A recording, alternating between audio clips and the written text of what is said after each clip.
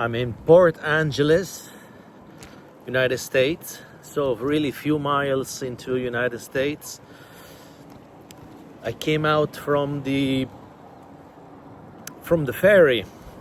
It went all smooth, but I am experiencing now problem with my eSIM. Nice to be here and nice to be back in the US. I wish myself the best.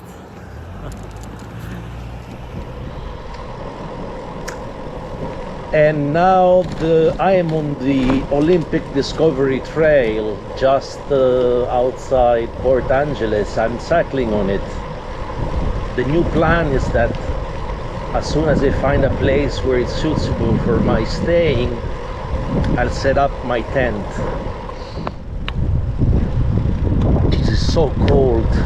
Why can it has to be so cold? I mean, I knew it. So anybody of you interested in this, no matter the season, you gotta pack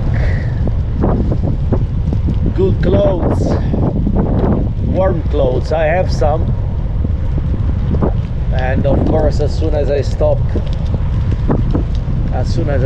I will dress up a little bit better. So I don't know if the summary of my day has been clear enough.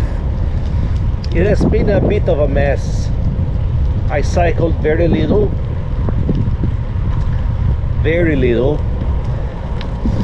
what, a 22k from campground to Victoria Harbor, and then just wasting time and up and down around Port Angeles here.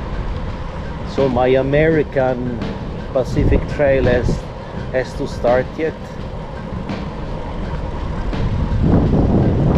But being on this trail, frankly, gave me some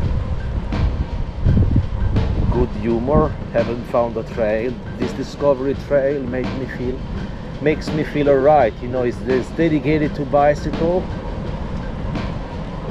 and there is not gonna be traffic, possibly no weird people at night.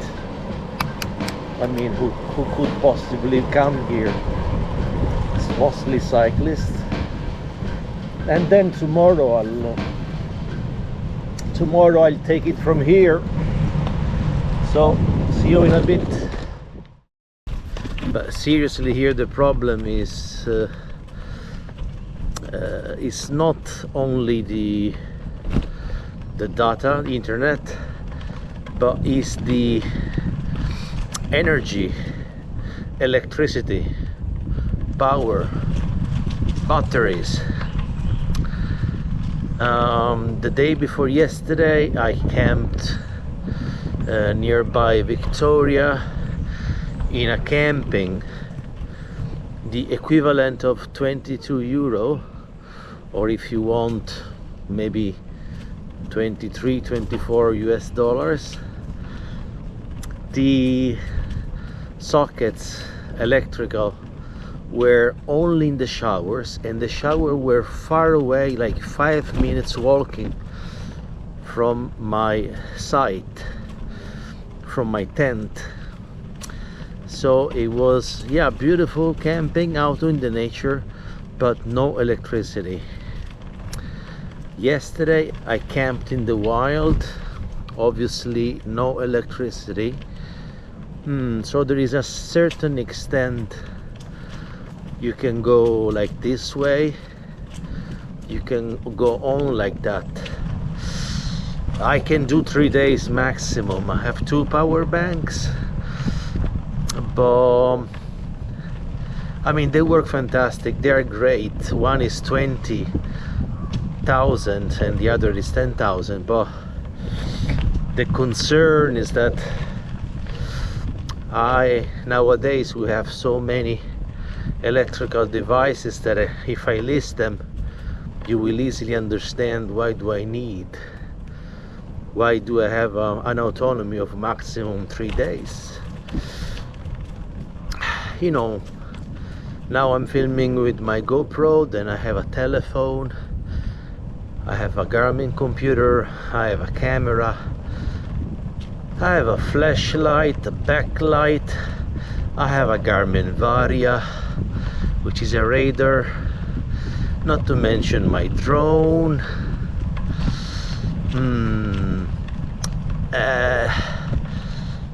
It is a problem. It is a problem, and it is absolutely part of bikepacking.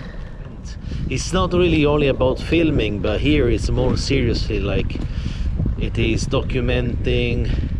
No, it is recording the road, and check the maps.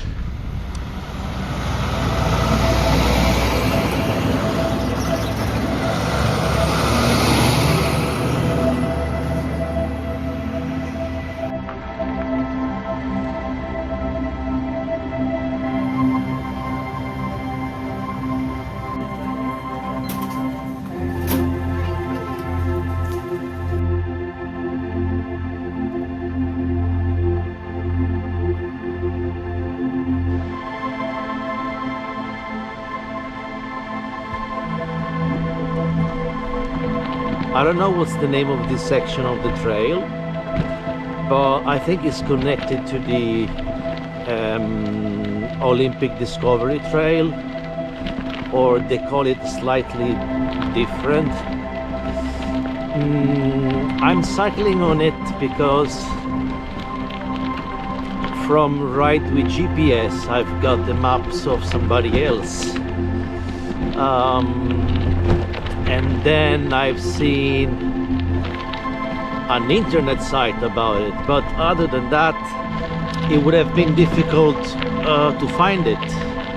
There is no name, there are no signs, so I am now like navigating from Ride with GPS. I have a close look at my phone and I follow it. As simple as that. I would be happy to share this with you eventually, this section, as it is worth it. It avoids a major road, and you are here by yourself. There is just a high bear risk, I believe. Yes, it's pretty spectacular.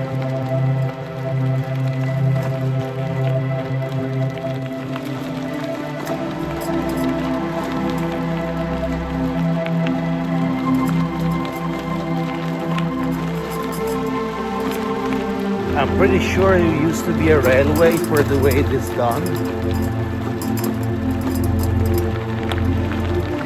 There is no elevation gain, and it's large. And they've been carving the stone as well. And it's really, I don't think this stretch is popular.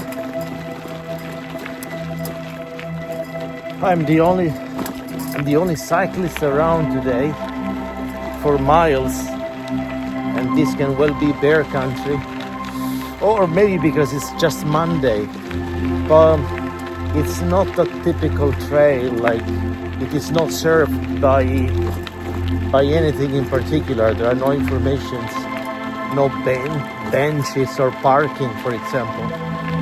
It's just road. But it is not a logging road, it's better than that.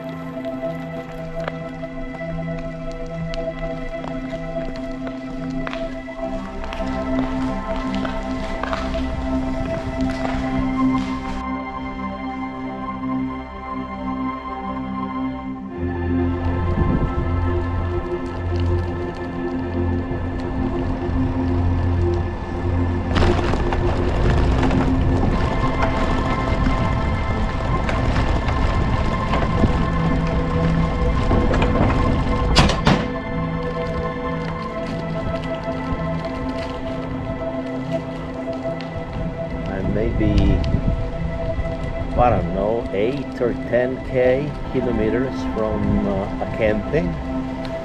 I might stop there for the night, even though I'm only 43k from my starting point. yeah, if the camping has all I need, including electricity, I would give it a go, because the location, as you can see, is great, and the camping is by this lake.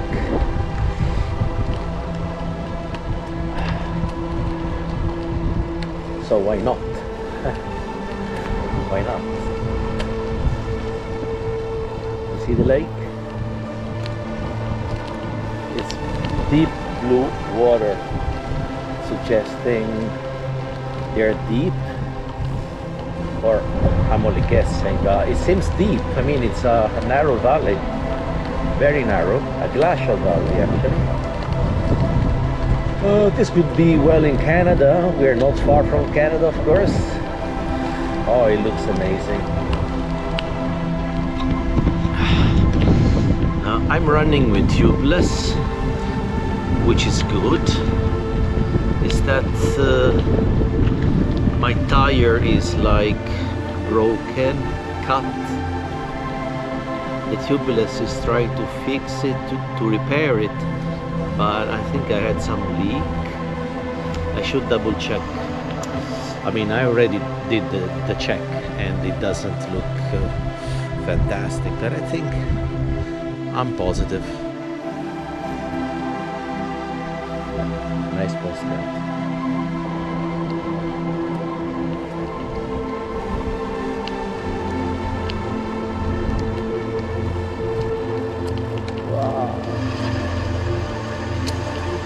This place is insane. Yeah. And the lake. It looks small on the map. But yeah, it is not. It is quite a long way to go for this camping. But the road has been fantastic. The trail, I mean, all of a sudden, after a certain point, there were no humans around. And obviously no cars. I'll meet them back at the camping for sure. Yeah, it is a gem. It's fantastic. Basically, if one would stick to the Highway 101, would miss this part.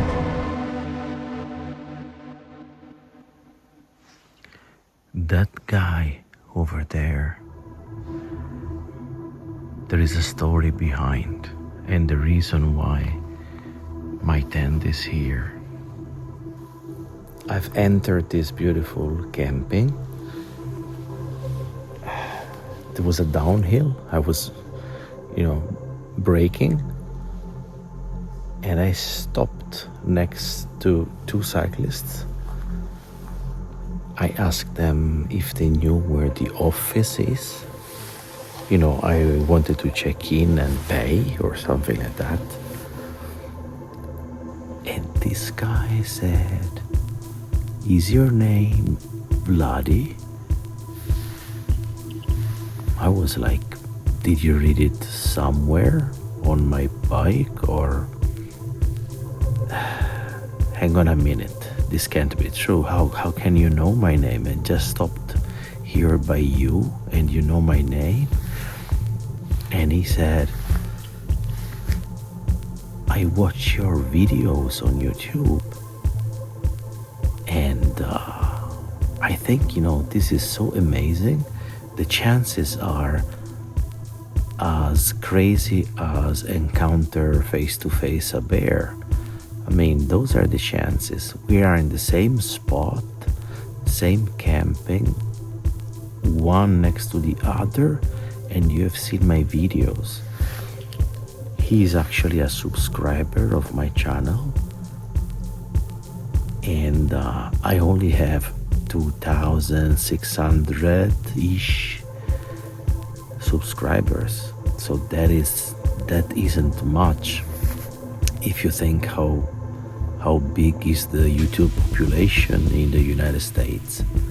So that is crazy enough. Will is very kind. He has booked, this entire place in the campsite, and the campsite is fully booked, they said. But he doesn't mind to share it because it's very big and he doesn't have a car. Obviously, he's also a cyclist. So the story is really mind-blowing.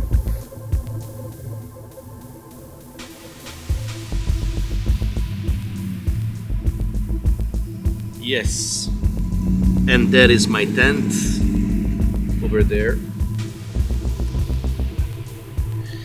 On such a long trip, I would have go for a better tent, considering that is like my apartment. I think 2 years ago, when I went to Finland, I decided to change my tent, which was also cheap, and go for this one. It has good reviews, but of course it has some faults. Nothing wrong. It's just that the side walls tend to bend. It's fine if I'm alone, I sleep rather in the center, in the middle. But if you are two, with this, tent wall leaning on your face, it's not that great. I don't know what is going on with my mattress, my air mattress. I think it's losing pressure. This is a bad surprise. I have inflated it yesterday as usual before going to bed. In the middle of the night was too thin. I said maybe I inflated it wrong. I inflated a little bit more, and this morning is back again with the same problem. So I'm running now with tubeless, which is overall, I'd say it's a better system than riding with tubes. But my tire was cut, and I left Sweden with that, knowing that there was a visible cut, and the inner sealant did quite a hard job for fixing it. And I believe the puncture isn't properly fixed with this so much of gravel. I think it lost a little bit of pressure. I'll check. It's not a big deal. It's not a big deal. I mean, it's pressure enough to support me and my bags. It's gonna be a more cushy ride. As I'm having a hard time to stick to given plans and given schedule, I have been a little bit creative. So I took, instead of going from Vancouver to Seattle down, I went from Vancouver to Vancouver Island and then Victoria to the United States. This creativity gave me 2 days of gravel instead of road, and it is a continuous, as I did gravel in Vancouver Island, and here in the Olympic State Park I also experienced some long stretch of gravel. So this trip is started with gravel as I wanted a bit, to begin a little bit with adventure.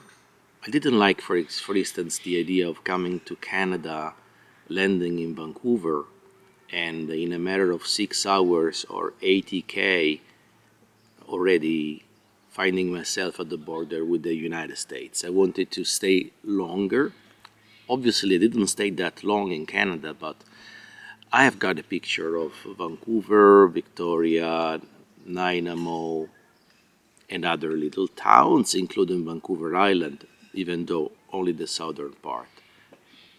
I had a face-to-face encounter with a bear, so I have asked for adventure and I found it. If you have an eye for attention and details, you'll see that this rainforest is simply amazing. It looks like a botanical garden. It seems like things are into perfect place. These beautiful species of plants are so ancestral, so remote. It seems from another era. You wonder where the dinosaurs are around, and the camping is great. I mean, the location-wise, you can't ask for more. If you want to have an idea of United States nature, then you're served. The camping are not exactly as you would imagine in Europe. Like it is basic. They want it this way so that you don't pollute the waters, and the water is only cold, and there are toilets, of course, but there are no showers. And you can imagine, it is not that hot over here. Electricity sockets are only found in the toilet, which is a little bit distressing, though I trust everybody here, and I charged my phone and my 2 power banks, but still I can't monitor them. So it's a really great place. I'm not physically that tired, even though today I woke up very late. It was 8:40. This is an indication that I am somehow tired. I don't feel I'm tired with my body, but it is not yet a tour de force, but I don't have time. I feel I don't have time for myself as usual. I would like to better communicate with everyone following me, like talking about YouTube. How do you communicate all of this? Yeah, it's a serious question I ask you. How do you communicate?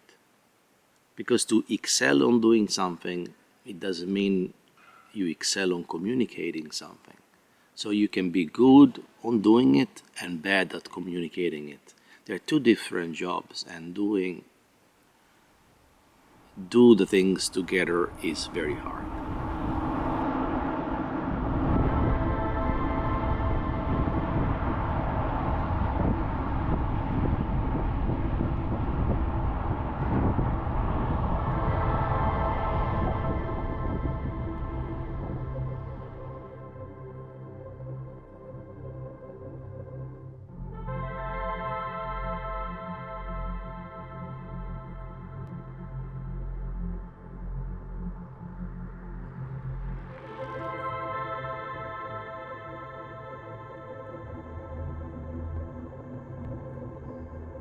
Just checking this campsite. I'm not staying here. I'm very close to my starting point. Okay, it's called Klahowia, if I pronounce it right. What I wanted to say and to show is that despite asking a considerable amount of money, it's not monitored. There is no office, and they do not offer, for example, two things that are really dear, very important for us cyclists. We don't ask much, but at least water. Electricity, there is no electricity in a campsite like this, despite the amount of money they ask. So I'll go check now this toilet, and I'm sure this is not the type of toilet that has water. I'm not sure. Yeah, exactly. Do they offer at least bare lockers? Shall we go and check?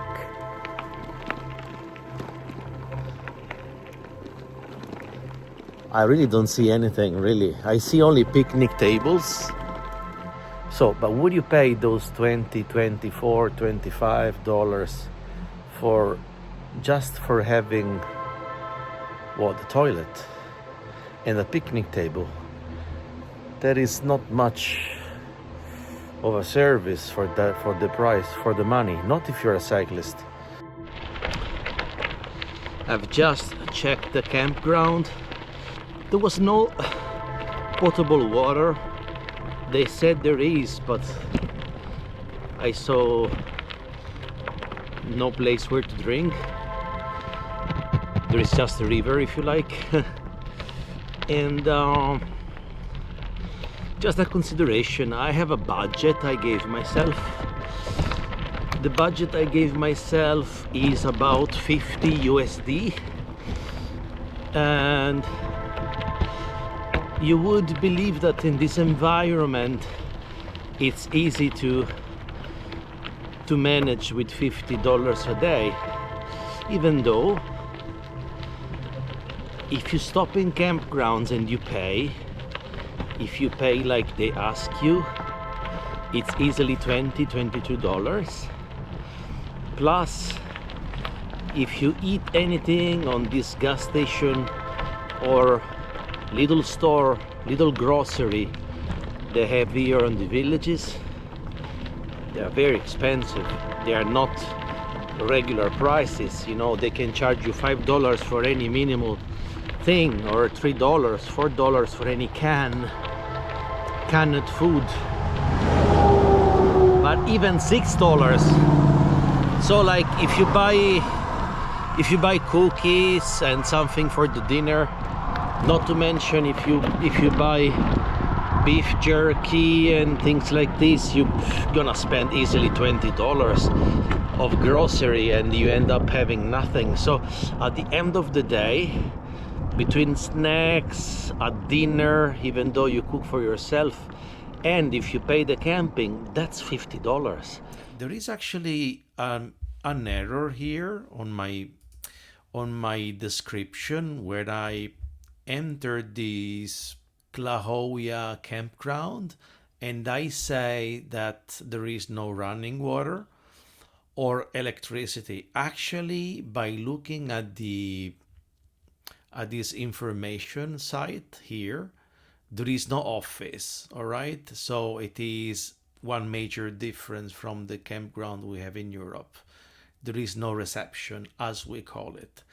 Okay, here in the information it clearly states that with the hookups you're gonna pay, the standard site is 17 and that has no water and no electricity.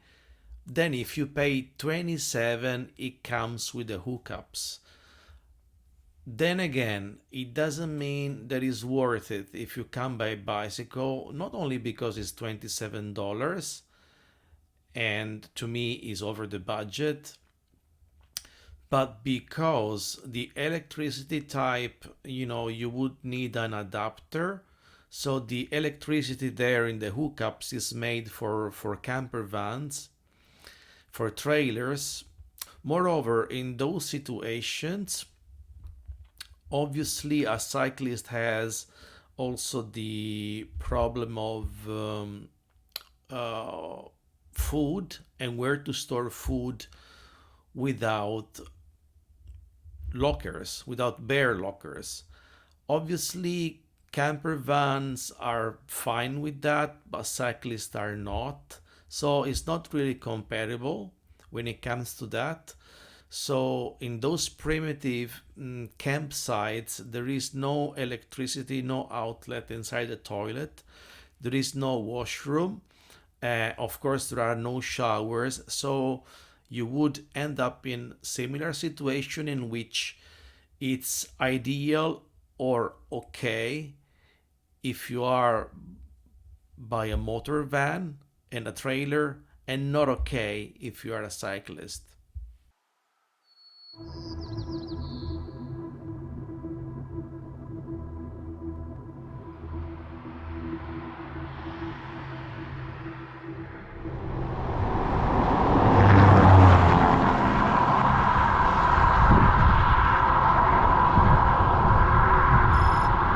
Day 6, cycling in direction of Forks.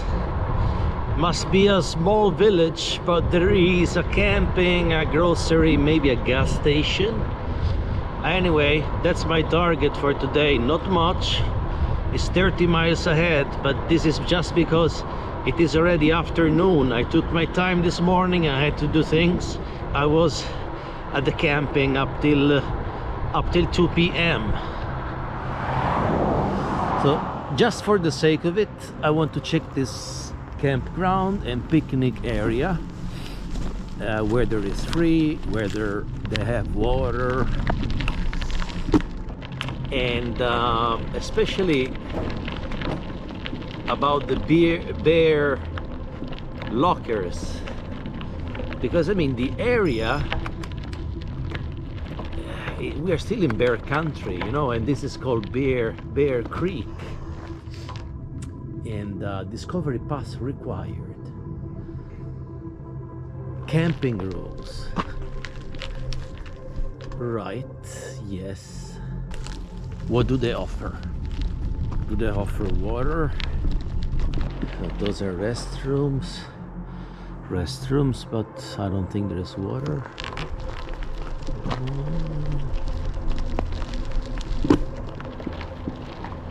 Yeah.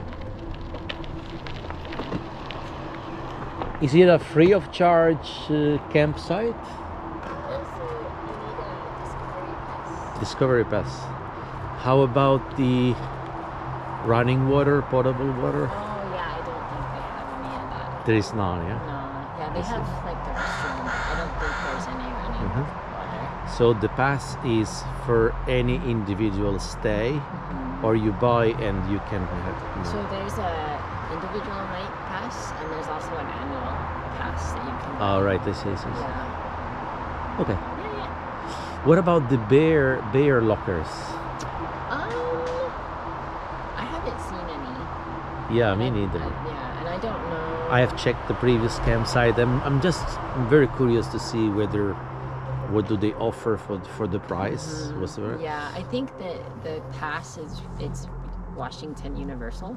So if you buy the pass, then that gets you into any of the campgrounds, unless I think it's privately managed. But that means that they come and check. Yeah, this is like the third time we've come to Washington and stayed, and we've never had anyone check the pass. But then I guess, you know, for big RVs, like you are more visible than a cyclist. But yeah, that's true. Yeah. I mean, I don't know what the fine is if you get caught, good so question. No, like my point is, unless there is something worth of it, I rather camp in the woods. Sure, yeah. Yeah, like because I can access. Right. Yeah. Yeah, that makes sense. But it depends whether they have toilet with electricity. Then I might consider paying. Sure, you know. yeah, that would make it worth it, right? Yeah, I have so many gears to charge. Yeah, it has to make sense. Paying for paying. No, I rather camp in the woods. They must offer me something worth of it.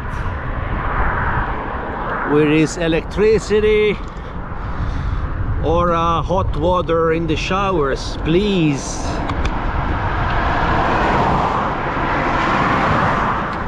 Because the point is, without hot water and electricity, the sooner or the later I'm gonna feel the urge to have a motel hotel.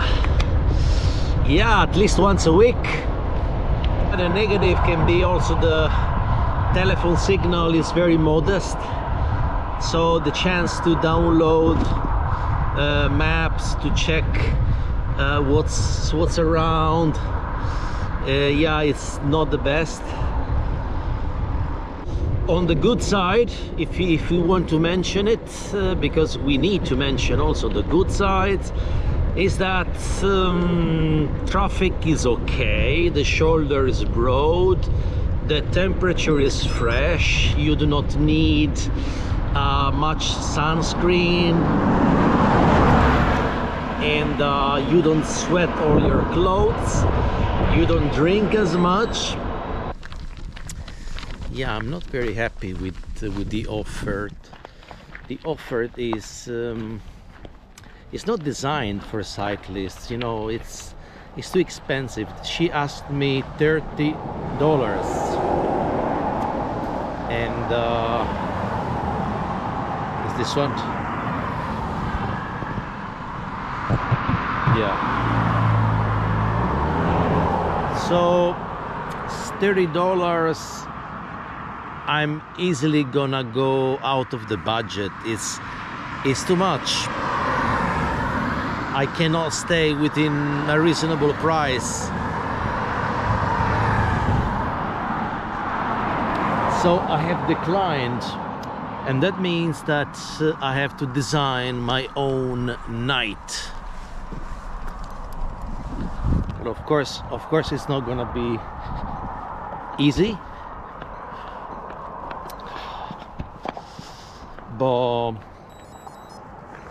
I feel to give it a try. Small town America. This is called Forks.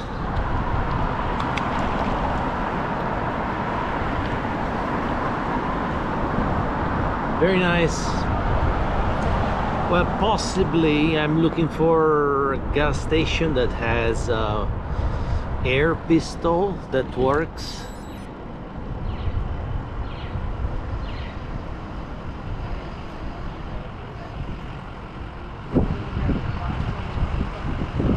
And with a reasonable price, because here the cost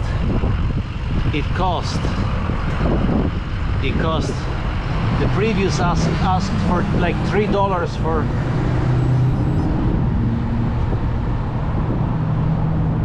$3 for air pressure,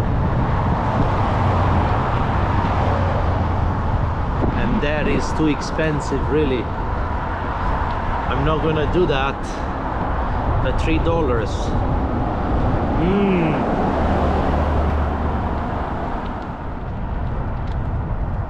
How much is this motel? I'm tempted. Really tempted. It would be great. Fuck that.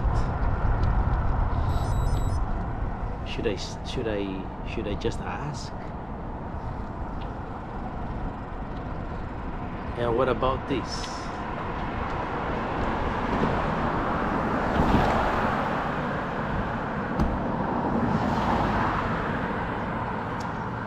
Who knows?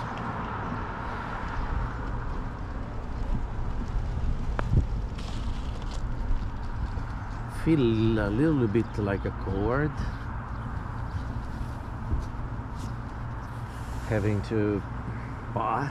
Okay, but I just checked the prices. Doesn't mean I'm gonna stay. I was checking booking.com and I was like, what?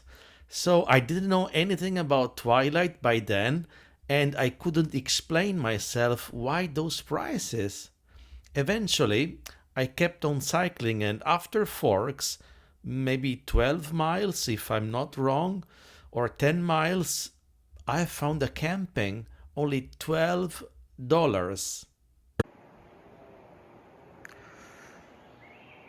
And this is yet another campsite in the rainforest of Washington State. But this campground has a hiker-biker solution. That means affordable, cheaper places designed for those without a car. Therefore, I access via this little path here. No need for car space, and it clearly states here the purpose of this place. Very cozy and nice. And price-wise is it's a good deal. It's $12, which I have paid. I have paid it by the weirdest of the system. It looks like from the 80s or something. Okay, but bad me, I had no cash. I still need to withdraw cash, so I couldn't pay there, right? I couldn't pay there. I had to call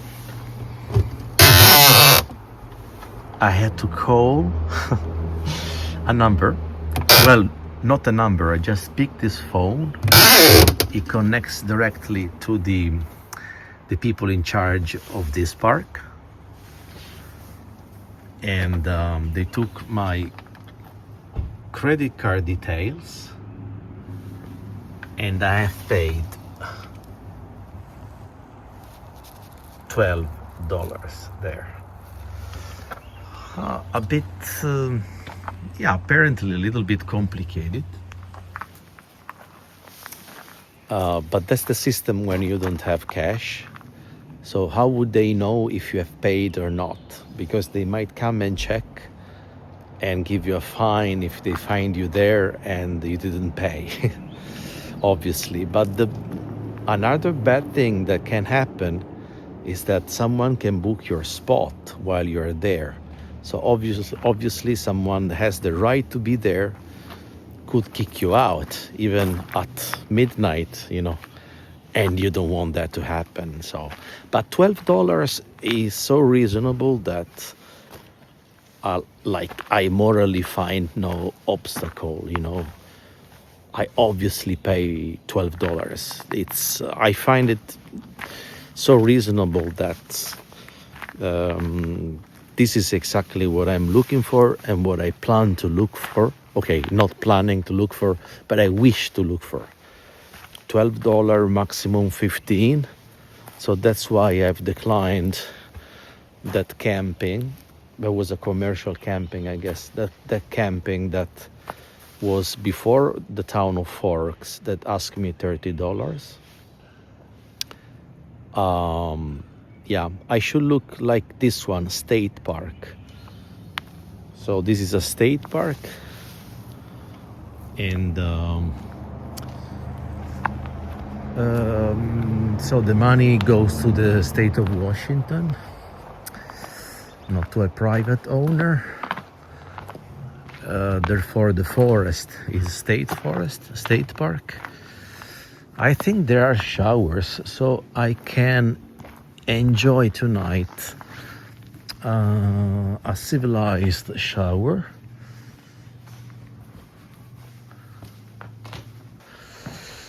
That is, yeah.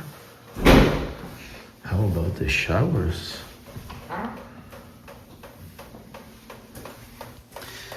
Well, there is only one shower. It's okay. Only one shower, but the camping isn't really full. Fantastic. There is electricity.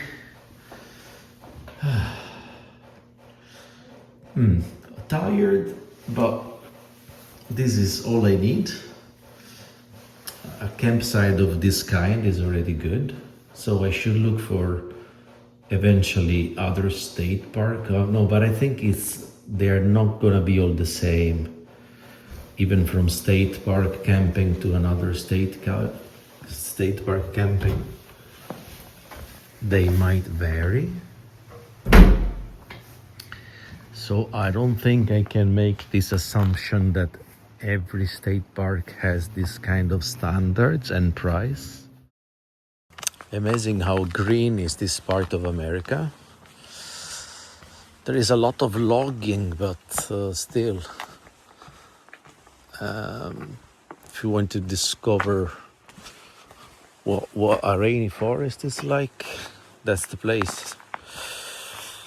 Well, but up until Oregon and Northern California, I will see a very special and particular forest, which is this rainy forest, wet weather forest. Fantastic. No, here you go. Oh, it's for that one. Yeah. You made it hot. Oh, yeah.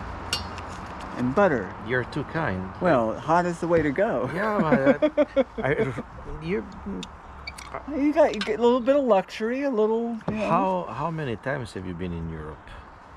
Been there many times? 1973, after the Munich Olympic Games, I was there as a child. I was 12, 13 years old. And then I lived in the Canary Islands for 6 years as a kid, from 9 to 15. I recently been to Tenerife. Oh, Tenerife. Okay. Yeah. I ask you that because even though there in Europe we are mostly kind, we don't reach this level of openness as the Americans from the States. Oh, is that right? You do the extra mile and everyone is talkative. It's easy to reach with people, like to get in contact. That's good. I don't get believed, but I can prove it. I mean, anytime I'm here, like this doesn't happen in Sweden, first of all. Are Swedish people maybe more kind to other foreigners that aren't their local people? Let's say they are so kind / reserved that they wish do not disturb you at all, meaning not even interacting sometimes. Yeah, like let me give you your privacy and your peace and leave you alone so that. But that comes with the price that socializing gets difficult. No socializing. There is a lot of socializing among those that they already know. Yeah. But they're not typically chatty with new people. Yeah. Like they don't get to know new friends, or they don't go into a bar and all of a sudden they're friends with everyone. At the supermarket they will never chat, or if they do, it's a kind of a cold elevator conversation, and it's about the weather. Yeah. Keep it general, nothing intimate. Yeah. Yeah. Here, already in this camping, I've been stopped at the entrance yesterday. 20 minutes with a lady with the same master degree as I have, and we spoke for 20 minutes around the water pump. Then I came down. When I was about to pay, I paid with a telephone call. Yeah. I spoke with a couple, another 20 minutes. And I don't mean about the weather. Like we go far beyond that.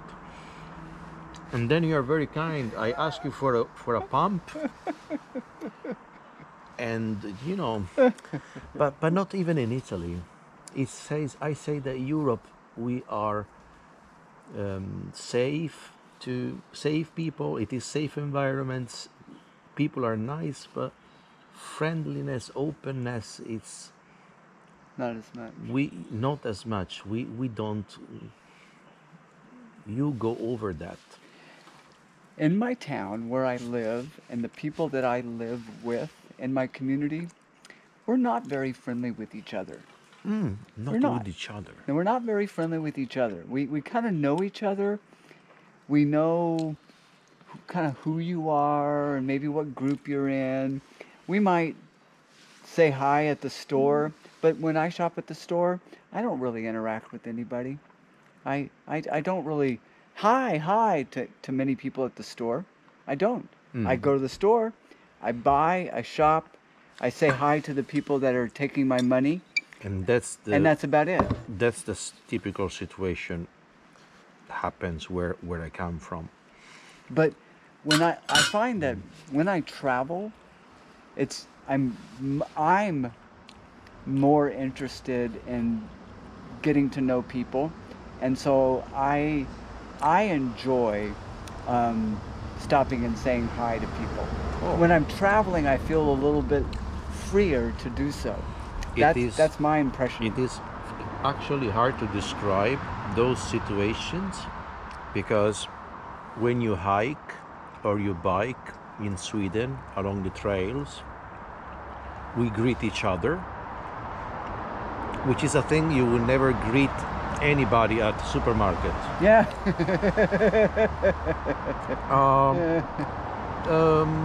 Yeah, I understand. But in Sweden, they seems not to be very interested in who you are or where you come from. Hence, or therefore, they wouldn't ask questions. But I believe it's always for that love for intimacy and privacy. Yeah. No, I get that, and we have some of that too. you don't disturb other people's privacy. It's almost kind of a unwritten rule. Give people their space. Don't leave them alone. They don't ask questions. Yeah, don't interject yourself into other people's lives. Let them be. And it becomes sort of a courtesy that's how you are with people. You're doing them a favor by not interacting with them. That almost becomes socially the thing. And my observation is, I could be completely wrong, but I find that in warmer climates, people are a little friendlier. Like when I go to San Diego, I've been to San Diego, and people were just friendly and talkative and just very comfortable being social. And I think up north, we're cold and it's wet and we're indoors many days, weeks, months of the year. We're indoors. We don't go out. And when you go out, you got your raincoat on and you're rushing to some place and you're rushing back. You're not interacting with people because the weather is kind of... There is a slight difference between Sweden in the winter, Sweden in the summer. Yeah. Yeah. But this has been proven, like it's not me saying that, but even the BBC or many documentaries about it. Yeah. This might come from the fact that they have been living for centuries in isolated communities. Oh, true. And they typically don't rely on anybody else, but they are very independent and they can do whatever for themselves. Sure. They've learned to be very independent in very small especially communities. in that climate. Yeah. Yeah. So they don't need anybody. And even women are super independent. They don't really need to have you as a they backup. don't need a mate. As a backup. So why would you ask somebody direction if you don't really need? Yeah. So it went that way, and especially today with smartphones, people of my age onwards, they still ask for directions, but people in their 20s and 30s, they would never think about it. Yeah, right. Because they have an answer. Yeah. Yeah, I'm there. Yeah. This area around here is, the word I would use is analog. Like it's like people, several of the people I talk with here, they're like, oh yeah, we don't have smartphones. We don't care about smartphones. We don't use them. We only use them because we have to at work, but I don't really care about them. And very independent, small community. They've been out here for 50 years in this area, and kind of like almost away from the rest of the world. Forks is out here kind of in its own thing, and Forks has been a very kind of independent little place to be. It's only recently that it's gotten a lot of tourism because of Twilight. The movie Twilight, the TV series. Here? Yes, because it was filmed. No Some way. of it was filmed in Forks. No way. And so people come here because of the Twilight movie. No way. Yes, So and they're it booking looks somehow- Airbnbs for $400 a night. to It was come so here. expensive. I did check Yeah, that. yeah, and they're coming here for that, and it's nothing. No, it's just a location. I know, and the town is full of tourists, and it used to not But- be like that. It used to be a quiet logging town. It's an old logging community. All this area here has been logged a couple of times, and so that's what people did. There was 26 sawmills in this town operating.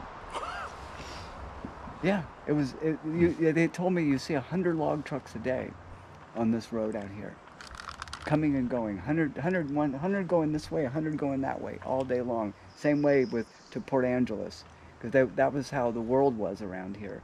And then slowly they... Yeah, it is like the main industry. Yeah, it was main industry, Yeah. logging.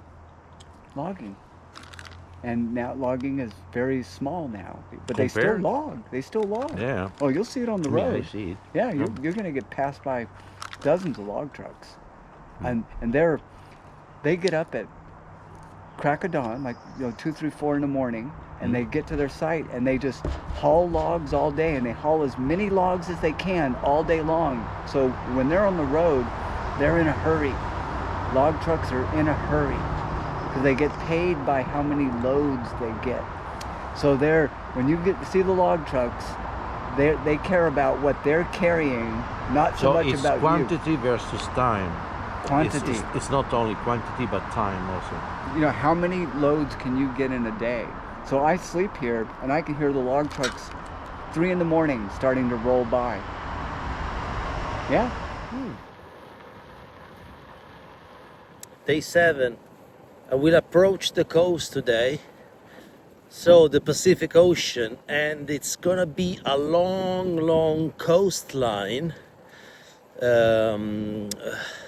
with lots of emptiness. So the next town of relevance is called Aberdeen,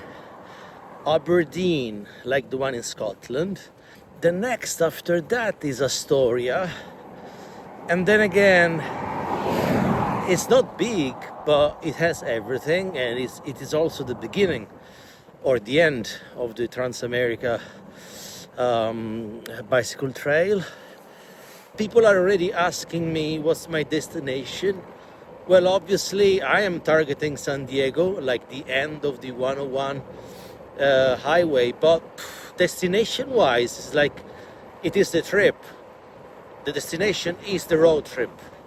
It's a bit a cliche to say that, you know, it's not even my words, but what other better sentence would describe this? Is for the pleasure of doing this journey, you know? Like Marco Polo went to China, and sure, China eventually was destination, but he told the story that became a book, not about the destination, but about the trip. So that's it. I'm enjoying the last inland landscapes. It's about a little bit all the same. I mean, it's like green. It's not a green tunnel, but it's like 2 green walls of pine trees and spruce. 2 green walls, and I'm describing for you that dark gray road, yellow line in the middle, white on the side, and straight and long.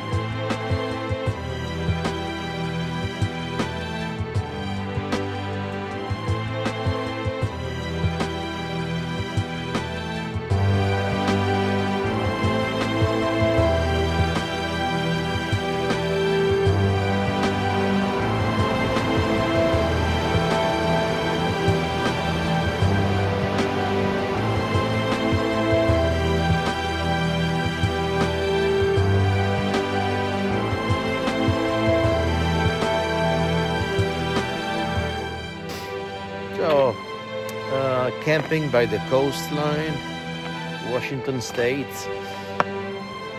I'll need to pay $24.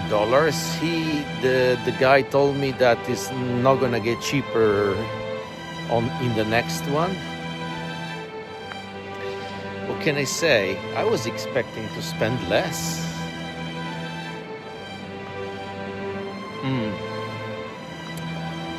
Oh, that's really beautiful here. Well, one could well camp over there. I mean, I know there is a tidal problem, but surely it doesn't get that high. I mean, I could take water from the camping and then find a spot. I don't know, with my tire in this condition, I don't feel to be creative. So at the moment, I'll stay put. I'll take it easy, yeah. I think I'll pay for the night. I must accept it. The solution is always the same: arrive early and negotiate. Not with the price, but see around the other option, be ready to go back and forth, check the whole place and choose the best. Now I can't really choose. I'll stay here, and that's it.